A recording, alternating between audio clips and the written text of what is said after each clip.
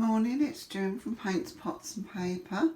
I just thought I'd do a very quick video to show you, if you've seen my last video you'll know that I do all sorts of arts and crafts, and this is just my little, it's a utility room really, but it's a perfect place where I do my hand building for my pottery and also where I do my glazing. And yeah, I just thought you might like to see.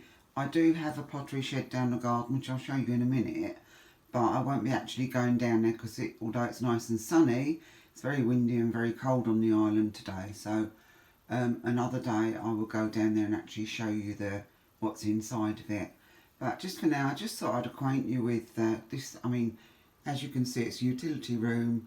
There's the washing machine, the tumble dryer, peg bag, and all my washing liquids.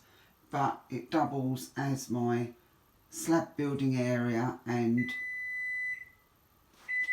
sorry about that, that's my microwave being silly.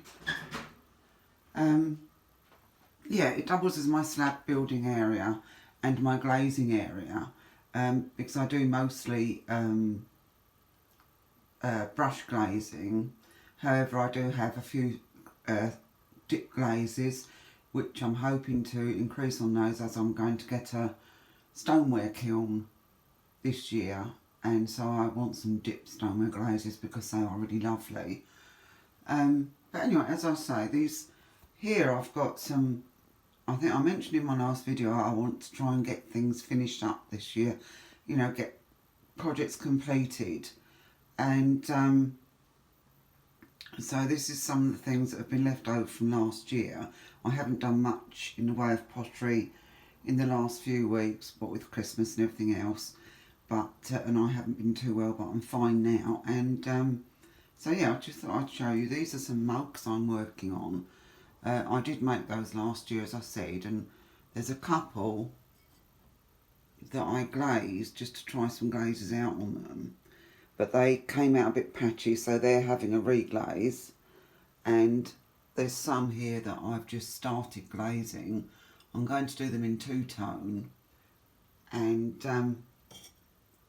these are the pots of glaze that I use for brushing all my brushes. I keep all sorts of things down in that cupboard. There's my dust mask, which you have to have if you're sanding pottery down, because it can be pretty lethal, the dust getting into your lungs. It doesn't go, it's cumulative, so yes, you should always wear a dust mask if you're messing about with any kind of dry pottery, whether it's bisque fired or just dry and not fired yet. You do need to do that. This is another one of my large wavy dishes that I'm working on. I'm going to decorate the back of it a little bit. I always decorate the backs of my things as well. This is my, they're my two big wallets of stamps that I use, mostly commercial stamps, and I do have some handmade stamps, and I use those to impress into the clay when I'm doing slab work. That's my roll of, excuse me, turn you upside down. That's my roll of cling film, and you might wonder what that's doing out here, but that is brilliant if you're making little things. I make brooches. If you look in my shop, Paintspotsandpaper, you'll see some of these in a finished form. These will be painted as hairs, which is a new one that I'm doing. I've sold a few over the Christmas, but I've got to do some more. And these little bunnies here, I usually do as white bunnies with a red heart. And those are some of my moulds. So I've got a little wall plaque that I'm making here for my friend. She lost her collie dog, I think it was the year before last. And so I'm making a wall plaque for her, and I've got to paint him up, and I've got photos of the dog so I can see what colours he was and where he had the colours, etc. and she doesn't know I'm doing it, so it's a surprise, but she doesn't watch my channel, so she doesn't know. So that's a nice surprise for her birthday in February. So I've got to get a kiln load on bisque fired, decorated, glazed and back in for glaze firing before the beginning of February, so I've got to be busy soon. And so these are my other little brooches that I make. They're all drying out.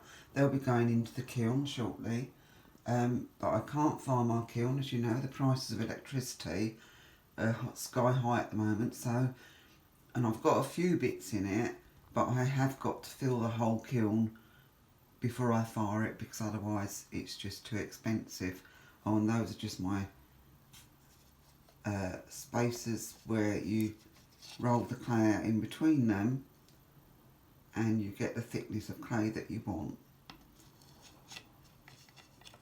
I'll give you another quick look. Oh, there's some of my plants. As I said in my last video, I've got to start taking more care of some of my house plants, but yeah, they seem to be doing quite well, and I've got quite a few more around the house. This is an old painting that I did years ago. I don't know if the light's on it a bit. Yeah, I painted him years ago for my partner because he loves pheasants. And and this is, oh, excuse me, spinning you around. This is a painting that my sister did for me a few years ago of a beautiful kingfisher. So they live out here with my other bits and pieces. And yeah, this is the little area that I do all my hand building. I'm just going to spin you around. I'll try not to go too fast. And I'll quickly show you my kiln, which lives in my partner's garage. Poor man, he doesn't get hardly any space in the house or the garden to himself. Excuse the exhaust pipes from motorbikes. He's a motorbike fanatic. Has been all his life, and so am I actually. I love bikes. I did have one for a short while and used to love riding it. This is my big old, you can see, I can't get back far enough to show you properly because I've got motorbikes behind me. I don't know how many we've got in here, but yeah, as I say, it's his hobby. This is my kiln, and I've had this years, and it's an earthenware kiln, which is why I want to get a stoneware, because this doesn't quite go up to the temperatures I want. This is inside my kiln. There's just a few bits here already, and as I say, this is quite a big kiln. I've got to fill the whole thing up to make it worthwhile firing it, and that will be a bisque firing.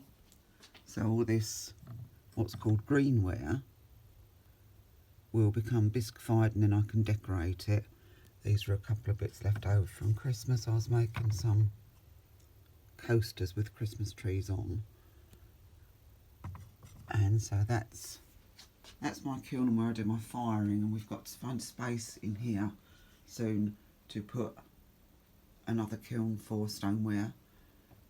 However, I'm really looking forward to doing it. I started with stoneware and then went on to earthenware because I liked the bright colours of earthenware, but the glazes you can get for stoneware now are lovely. And over the years, I think I've changed a bit, and I love the really subtle blends and colours of stoneware. The higher firing gives you different effects with the glazes, so I'm looking forward to doing that. Anyway, I'm going to go back out of the garage, turn the light off, save the electricity, and give you a very quick look at my garden. As I said, I do need to do more gardening this year. It did look quite nice in the summer, but I didn't spend as much time on it last year as I did the year before. But I'm not going to go out there because it's too cold. But I'll give you a quick view from here. Well, I might step out onto the patio. There's the greenhouse, and that at the moment is full of all the bits and pieces. It's a bit of a storeroom in the winter, and all my cacti that I normally have outside go in there for the winter, and any garden ornaments that might crack in the frost go in there. I've got quite a lot of pots on the wall around my patio, That little shed over there is my she shed, or as we call it, Planet Jeb, and it's where us girls get together sometimes, and it's my little bit of heaven. It's placed on the pergola, which is lovely, so I've got decking all round it, and in the summer we have the grapevines growing up over the pergola, and it does look really pretty. Just move round a bit. So it's lovely and sunny, but it's cold and it's windy. This is one of my beds that really needs tidying up. It didn't look too bad in the summer, but I never quite got this one how I wanted it, so that's going to be tidied up at some point. As soon as we get a nice warm dry day, I'll be out there sorting it out. I've got another long bed which runs along there in front of my she shed that needs sorting out. We've got some fruit trees in the garden, and down the bottom we've got some sheds, and there's 3 sheds there, and one of them has my bicycle bag, another one has my gardening things, and there's some of my partner's motorbike things in there as well. But the middle shed that you can see there, that's my pottery shed, and I've got my wheel of clays and glazes on the side.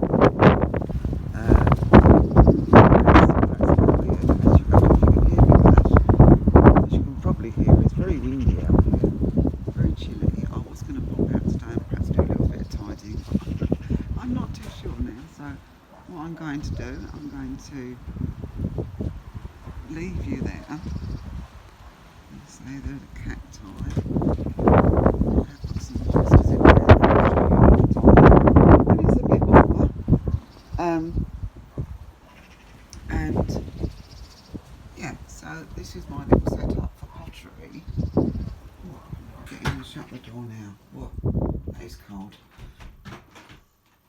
And I've decided today, as I think I said in my last video, I've got my 14th great grandchild coming along in March, and so I've got to get started on a little crochet pram blanket for him. And my partner's out, so I've got some peace and quiet. He's gone out riding on the motorbikes, and they're quite welcome in this cold. It looks deceptively warm out there, but it's not. It's freezing. The wind blows right across the fields where we are on the island, and of course we've got the coast literally 10 minutes walk away. So yeah, we do get it pretty sort of windy and that here, but it's lovely. And so I'm off now. I'm going to have a nice afternoon crocheting. I haven't done that for ages, and I really want to get this blanket started. So anyway, thank you for joining me. I've loved chatting to you, and I'll see you on the next one. You take care, everybody. Bye bye.